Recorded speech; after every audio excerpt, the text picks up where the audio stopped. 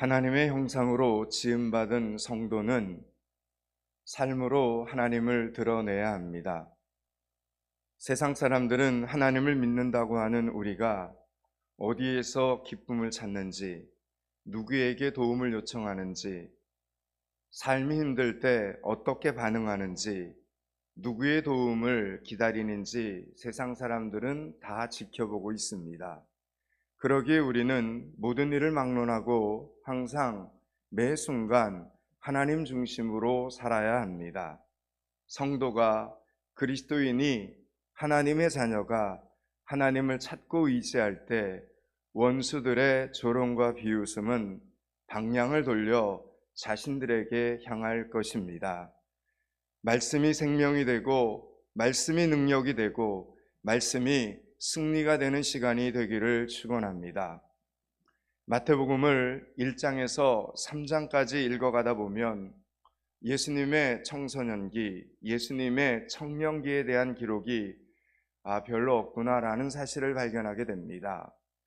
마태복음 1장에서는 마리아가 성령으로 아기 예수님을 잉태했음을 알려줍니다. 2장은 동방으로부터 온 박사들이 아기 예수님께 경배를 합니다. 그리고 헤롯 왕의 살인 음모를 피하기 위해 아기 예수님은 애굽으로 피신을 갑니다. 그 헤롯 왕이 죽었다는 소식을 듣고 이스라엘로 돌아와 나사렛이라는 동네에서 예수님은 자라게 됩니다. 마태복음에 나오는 예수님의 어린 시절은, 유년 시절은 그것이 다입니다. 그리고 없습니다. 누가복음에 보면 몇 가지 사실을 조금 더 알 수 있습니다. 첫째로 예수님이 태어나신 지 8일 만에 할례를 받으셨다는 짤막한 기록이 있습니다. 두 번째로는 예수님이 아기였을 때, 어린 아기였을 때 아이가 자라며 강건하여지고 지혜가 충만하여 하나님의 은혜가 그 위에 있더라라는 사실을 밝혀줍니다. 그리고 마지막으로는 예수님이 12살 때 부모님을 따라 예루살렘으로 가서 제사를 드렸다는 기록이 예수님의 청소년기의 유일한 기록입니다. 그리고 어디에도 더 이상 예수님의 어린 시절에 대한 기록이 없습니다. 심지어는 청년 시절의 기록도 없습니다. 성경은 예수님이 이전에 어떤 삶을 살았는가 하는 것보다는 십자가를 예수님이 지시기 전 약 3년 동안의 공생의 삶에 대해서 집중적으로 기록하고 있습니다. 우리들은 예수님의 어린 시절도 궁금한데 그 부분에 대해서는 별로 성경이 우리에게 가르쳐주지 않고 있습니다. 왜 그런 것이겠습니까? 이런 궁금증, 우리의 궁금증에 대한 것을 성경은 아주 간단하고도 그리고 분명하게 그 이유를 설명해 주는데 요한복음 20장 31절에 이렇게 말씀합니다. 들어보십시오. 오직 이것을 기록함은, 이것은 성경입니다. 오직 이것을 기록함은 너희로 예수께서 하나님의 아들 그리스도이심을 믿게 하려 하며 또 너희로 믿고 그 이름을 힘입어 생명을 얻게 하려 함이라. 이것이 바로 성경을 기록한 목적입니다. 우리가 성경을 보면서 관심을 가져야 되는 것은 예수님은 무엇을 먹고 살았지? 무엇을 입고 살았지? 어디에서 살았지? 하는 이런 인생의 스토리가 아니라는 겁니다. 그것은 그렇게 중요하지 않습니다. 만약 중요했다면 성경은 우리에게 그 사실을 낱낱이 기록해 두었을 것입니다. 중요하지 않아서 기록하지 않은 것입니다. 그보다는 예수님이 누구신가라는 것이 중요한 겁니다. 그분이 도대체 누구인가라는 것이 중요하다는 겁니다. 그분이 누구이시며 그분은 어떤 일을 하셨고 그것이 도대체 나와 우리와 어떤 관계가 있으며 그래서 우리는 무엇을 알고 무엇을 깨달아야 하는가, 이것이 중요하다라는 겁니다. 그렇기 때문에 성경은 예수님의 30년 이전에 대한 기록보다는 우리를 구원하신 마지막 3년에 대한 기록을 우리에게 말씀하고 있는 것입니다. 때문에 마가복음과 요한복음에서는 아예 예수님의 30세 이전에 대한 기록은 전혀 없고 곧바로 십자가를 지기까지 움직이셨던 3년 동안의 공생의 사역만을 기록하고 있는 것입니다. 오늘 우리에게 가장 중요한 것도 예수님이 누구인지 아는 것입니다. 예수님은 바로 저와 여러분의 구원자이십니다. 예수님은 우리의 구원자이시다. 예수님은 누가 뭐래도 나의 구원자가 되신다. 예수님은 우리의 구원자이시다. 이 사실 하나만 여러분 알면 모든 인생의 문제가 다 해결이 됩니다. 예수님이 누구인지 제대로 알게 되면 우리는 순종할 수 있고 그 어떤 사역에도 헌신할 수 있습니다. 예수님이 누구인지를 제대로 알면 우리는 두려움 앞에서도 용기를 낼 수 있고 삶의 소망을 언제든지 찾을 수 있다라는 이야기입니다. 지금까지 예수님이 누구이신가에 대해서 긴가민가 하신 분이 있다면 오늘 반드시 그 예수님을 만나는 시간이 되기를 주님의 이름으로 축원합니다. 예수님의 생애에 있어서는 어떤 옷을 입으시고 예수님이 무엇을 드셨고 어떤 집에 예수님이 살았는가 하는 것이 여러분 그분의 생애에서는 그게 별다르게 중요하지 않았습니다. 예수님은 중요하지 않았습니다. 그런데 우리는 어떻습니까, 여러분? 우리에게는 의식주가 왜 그렇게 매일매일 중요한지 모르겠습니다. 며칠 지나가면 오늘 무엇을 먹었는지 생각나지도 않을 것이고 또 생각할 필요도 없는데 말입니다. 인간이기에 안 먹고 살 수는 없기 때문에 관심을 가져야겠지만 그래야 건강하겠지만 우리는 적어도 예수님처럼 예수님의 자녀라면 예수님의 제자답게 먹는 것 때문에 더 소중한 것을 놓치지는 말아야 된다라는 이야기입니다. 아멘. 예수님은 이렇게 말씀하셨습니다. 너희는 먼저 그의 나라와 그의 의를 구하라. 그리하면 이 모든 것을 너희에게 더하시리라. 여러분, 예수님께서는 먼저 하나님의 나라와 하나님의 의를 구하면 절대로 굶어 죽지 않도록 다른 모든 것들을 우리에게 채워주신다 약속하셨습니다. 여러분, 이 약속의 말씀을 믿으시기 바랍니다. 사도 바울은 나는 예수 그리스도를 아는 지식 외에는 모든 것을 배설물로 여기노라 이렇게 말합니다. 저는 이 사도 바울의 고백이 우리의 고백이 되었으면 좋겠습니다. 여러분의 고백이 되었으면 좋겠습니다. 나는 예수 그리스도를 아는 지식 외에는 모든 것을 배설물로 여기겠노라. 여러분, 사람들과의 사소한 문제로 인생을 낭비하지 않겠다는 것입니다. 사도 바울은 오직 예수 그리스도, 오직 예수 그리스도 그분을 위해 자기가 가지고 있는 모든 것을 다 바치기에도 오히려 시간이 나는 부족하다 이렇게 고백을 하고 있는 것입니다. 하나님의 말씀에 순종하다 보면 여러분 다른 문제는요 그냥 다 지나가게 되는 것을 사도 바울은 깨달았던 것입니다. 이게 하나님의 나라와 하나님의 일을 먼저 구하는 사람들이 받는 축복이라는 겁니다. 여러분도 이런 경험을 해보셨습니까? 이런 경험 해보셔야 됩니다. 나에게 우리 가정 안에 내 자녀들 가운데 내가 해결할 수 있는 어떤 큰 문제가 발생했는데 그래서 도대체 이 문제를 어디서부터 어떻게 풀어야 되나 정말 난감했는데 그럼에도 불구하고 그냥 주의 일에 묵묵히 충성하다 보니 아니 어느새 내 문제가 이렇게 해결되어 있는 것을 보는 겁니다. 여러분 이런 은혜를 경험해 보시기를 축원합니다. 여러분 오늘부터 그렇게 기도하시기 바랍니다.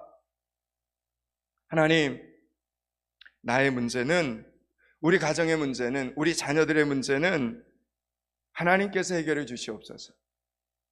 저는 오직 제가 할 수 있는 일에 충성하고 헌신하겠습니다.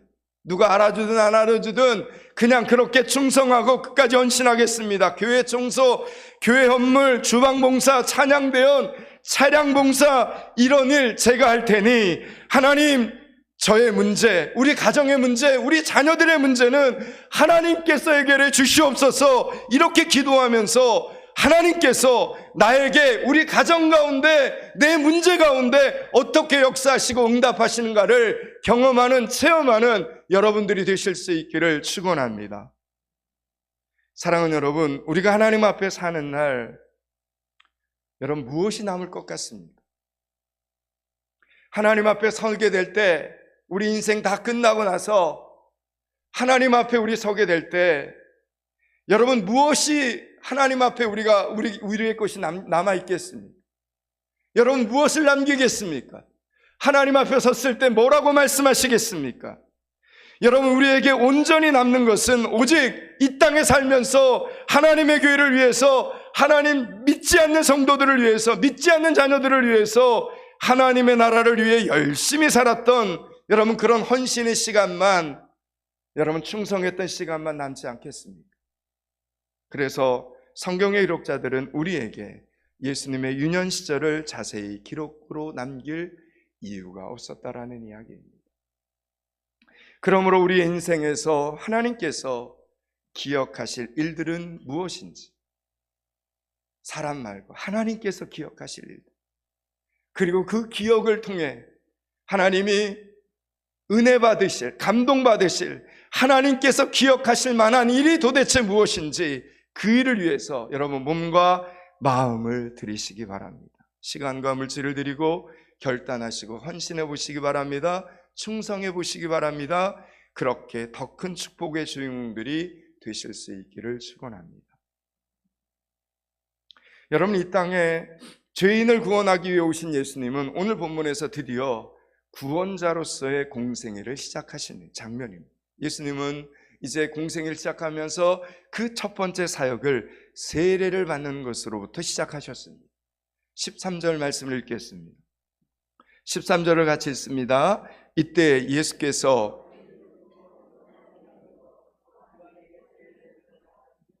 아멘. 제가 누누이 말하지만 주일날 하나님의 성전에 와서 말씀을 듣는 것도 중요한데 담임 목사와 함께 하나님의 말씀을, 핵심되는 말씀을 같이 이렇게 읽고 선포하는 것도 굉장히 중요합니다.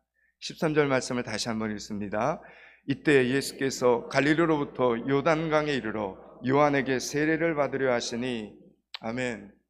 여러분, 세례란 표면적으로는 물로 씻는 것이지만 영적으로는 죄를 씻는 행위입니다. 죄인이 하나님 앞에 회개를 하고 그 회개의 표로 죄를 씻어 정결하게 하는 것이 바로 세례입니다. 그런데 죄가 없으신 예수님께서 세례 요한에게 세례를 받으러 오셔서 지금 무릎을 꿇고 머리를 조아리는 장면입니다. 세례 요한에게 그것은 너무나 당황스러운 일이었습니다. 감히 있을 수 없는 일이 지금 벌어지는 겁니다. 아주 충격적인 일이었습니다. 14절 15절을 같이 한번 읽습니다. 14절 15절 같이 읽습니다. 요한이 말려 이르되 내가 당신에게서 세례를 받아야 할 텐데 당신이 내게로 오시나이까? 예수께서 대답하여 이르시되 이제 허락하라. 우리가 이와 같이 하여 모든 의를 이루는 것이 합당하니라 하시니 이에 요한이 허락하는지라. 아멘. 여러분, 세례 요한이 깜짝 놀랐다는 겁니다. 그러면서 나는 메시아인 당신에게 세례를 베풀 수 없는 사람입니다.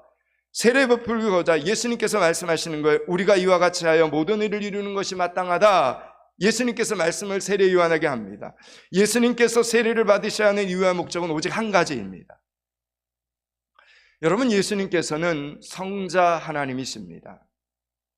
본래 하나님이신 예수님께서는 인류의 죄 문제를 해결하기 위해서 이 땅에 인간의 몸을 입고 오셨던 겁니다. 그런 까닭에 예수님은 자기 죄 때문에 세례를 받으셔야 하는 것이 아니라 인류의 모든 죄를 대신해서 세례를 자칭하신 거라는 겁니다. 그래서 여러분, 이사야 선지자는 이사야서 53장 5절에서 이렇게 말합니다. 그가 찔림은 우리의 허물 인함이요 그가 상함은 우리의 죄악으로 인함이라. 그러면서 그가 징계를 받음으로 우리가 평화를 누리고 그가 채찍에 맞음으로 우리가 나음을 입었도다라고 말합니다. 여러분, 예수님은 하나님 앞에 죽을 수밖에 없는 우리 대신 죄를 회개하시고 우리의 대신이 되시려고 세례를 받으시려 하셨다라는 이야기입니다. 오늘 본문이 그 내용입니다. 그런데 이 상황에서 참으로 난감한 사람은 바로 세례 요한입니다. 주객이 전도되어도 유분수지 인간인 자신이 어떻게 하나님의 아들에게 여러분 세례를 베풀 수 있겠습니까? 예수님의 뜻은 잘 알겠지만 이해는 되었지만 두렵고 송구스러운 일입니다. 아무리 그래도 자기 자신이 그 일을 하는 것이 용납이 되지 않았습니다. 여러분, 우리에게도 이런 경우가 있지 않습니까? 알겠지만 순종하자니 내 모습이 그럴만하지가 못한 때가 있지 않습니까? 여러분, 베드로가 당황했던 것도 바로 이런 점이었습니다. 베드로에게 예수님의 발을 씻어드리라고 한다면 아무런 문제가 되지 않았습니다. 아니, 내가 예수님의 발을 씻겨드릴 수 있지. 그런데 예수님께서 직접 어떻게 합니까? 제자들의 발을 씻기시고자 수건을 두르시고 대야를 들고 오시자 베드로는 용납할 수가 없었습니다. 아니, 어떻게 예수님께 발을 내민단 말인가? 그렇게 도리에 어긋나고 예의 없는 무례한 행동을 할 수 없다라고 베드로는 생각했습니다. 그런데 여러분, 결국 어떻게 됩니까? 베드로가 끝까지 예수님께 발을 내어드리지 않았습니까? 아닙니다. 예수님의 뜻대로 되죠. 예수님이 말씀하십니다. 내가 너의 발을 씻기지 않으면 나는 너와 아무런 상관이 없느니라. 상관이라는 이 단어는 유업이라는 뜻입니다. 유업. 내가 너의 발을 씻기지 않으면 너는 하나님으로부터 받을 유업이 없다라는 뜻이 됩니다. 그러니 어떻게 하겠습니까? 예, 순종하겠습니다 라고 되는 겁니다. 그러므로 예수님께서 여러분의 발을 씻겨주신다고 하면 우리는 부끄럽지만 그 발을 내미는 순종이 있어야 된다라는 겁니다. 혹 더럽고 냄새가 나서 다음 기회에 미루고 싶고 피하고 싶을지라도 내밀어야 된다라는 이야기입니다. 그래야 하나님의 의가 이루어집니다. 그래야 하나님의 선이 이루어집니다. 여러분, 이것이 순종이라는 것, 이것이 축복의 길이라는 겁니다. 끝까지 고집하고 자신은 차마 그럴 수 없다고 발을 내밀지 않는다면 여러분, 그것은 불순종입니다. 고집을 피우는 교만이 되고 마는 것입니다. 오늘 본문에서 세례 요한은 참으로 난감했지만 자신의 모습을 내려놓습니다. 어려운 상황, 이해되지 않은 상황이었지만 예수님이 말씀하셨기에 자신의 모습을 내려놓고 순종합니다. 자신의 생각, 자신의 경험을 내려놓고 순종합니다. 예수님께서 이제 허락하라 말씀하시자 어쩔 줄 몰라 하던 세례 요한은 예수님께서 하라는 대로, 하시라는 대로 하기로 결정합니다. 그렇게 하는 것이 의를 이루는 것이라고 하시니 그냥 세례 요한은 예수님의 그 말씀 한마디에 순종했습니다. 우리가 시험에 드는 경우는 대부분 하나님을 사랑하지 않아서가 아닙니다. 하나님을 사랑하되 내 방법대로, 내 느낌대로, 내 경험대로 사랑하려고 하기 때문입니다. 제가 시골에서 사역을 할 때, 전도사 사역을 할 때 무속인이 예수님을 믿게 된 경우가 있었습니다. 그분은 예수님을 믿을 때도 참 지극정성이었습니다. 새벽 4시에 일어나서 반드시 목욕 재개를 하고 새벽 예배에 나옵니다.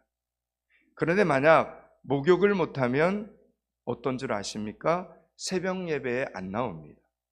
더러운 몸으로는 하나님 앞에 올 수 없다는 것입니다. 그 지극한 정성은 인정하겠지만 신앙은 틀린 겁니다.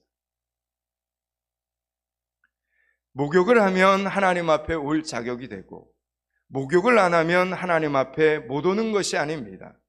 상황이 안 되면 못 씻고 나올 수도 있고 못 입고 나오는 것입니다. 상황이 안 되면 못 먹고 나올 수도 있고 못 자고 나올 수도 있습니다. 상황을 이해 못 하시는 하나님이 아니라는 겁니다. 하나님은 우리의 아버지이십니다.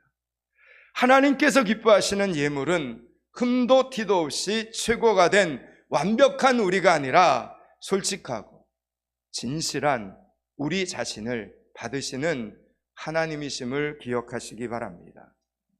세례 요한은 결국 예수님의 말씀 한마디에 순종합니다. 자기 손을 들어 물을 떠 예수님의 머리에 올리며 예수님의 죄가 사해졌음을 선포하는 세례식을 세례 요한이 요단강에서 거행을 합니다.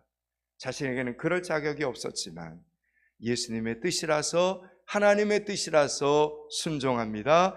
세례 요한의 일평생 사역 중에 어쩌면 가장 어처구니 없는 말도 안 되는 사역이 바로 예수님께 세례를 베푼 일이었을 것입니다. 그런데 여러분 보십시오. 세례 요한의 그 순종이 예수님의 공생애를 시작하는 첫 단추가 되었다는 이 사실을 기억하셔야 됩니다. 자신에게는 그야말로 난감한 사역이었지만 예수님께는 위대한 일의 시작이 되었다는 것입니다. 16절 말씀을 읽겠습니다. 16절 말씀을 같이 읽습니다. 예수께서 세례를 받으시고 곧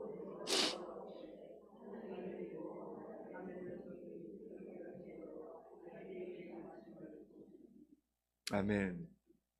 좀 기타 좀 꺼주실래요? 예수께서 세례를 받으시고 곧 물에서 올라오실새 하늘이 열리고 라고 말합니다. 하늘이 열리고. 여러분, 이 일로 인하여, 그러니까 세례 요한의 순종으로 인하여 이해할 수 없었습니다. 감히 나에게는 그런 자격도 없습니다. 그럼에도 불구하고 예수님이 말씀하시니 그냥 그 말씀에 순종하여 했더니 여러분, 어떤 일이 벌어집니까? 하늘이 열리고, 여러분, 하늘이 열렸습니다. 하늘문이 열렸습니다. 성령께서 비둘기같이 예수님 위에 내려오십니다. 드디어 삼위일체 하나님의 사역이 공식적으로 시작이 된 장면입니다. 오늘 본문. 예수님께서는 하나님의 뜻을 이루기 위해 세례를 받는 과정이 필요하셨습니다. 인간의 몸을 입지 않으셨더라면 전혀 필요치 않은 과정이었지만 인간의 몸을 입고 오셨기에 우리 예수님에게 이 순서가 필요했던 것입니다. 만약 세례 요한이 아닙니다, 저 같은 사람이 어떻게 해요? 못합니다. 제가 어떻게 감히 예수님께 세례를 베풀 수 있습니까? 못합니다. 안 합니다. 라고 고집을 피웠다면 예수님의 첫 사역에 걸림돌이 되고 말았을 것입니다. 예수님의 길을 예비하는 자가 아니라 예수님의 구원의 길을 방해하는 원수 마귀의 역할을 하고 말았을 것입니다. 여러분, 오늘 본문의 제목이 무엇입니까? 빨리 보세요. 제목을 같이 한번 읽어봅시다. 시작. 네, 점점점은 왜 안 하십니까? 16절, 17절 말씀을 읽고 말씀을 정리하겠습니다. 16절, 17절을 같이 읽습니다. 예수께서 세례를 받으시고 곧 물에서 올라오실새 하늘이 열리고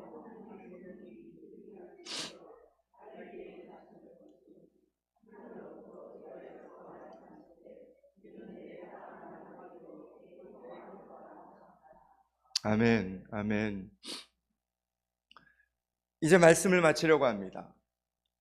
사랑하는 여러분, 내 입장에서 보면 참 피하고 싶은 순종이 있습니다. 내 입장에서 보면 하고 싶지 않은 순종이 있습니다. 내 입장에서 보면 결단하고 싶지 않은 순종이 있습니다. 그러나 하나님의 말씀이라면 기꺼이 순종하셔야 됩니다. 오늘 성령이 임하시는 하늘의 문은 내 생각을 철저히 내려놓고 예수님의 말씀에 순종할 때 열렸다는 이 사실을 꼭 기억하실 수 있기를 축원합니다.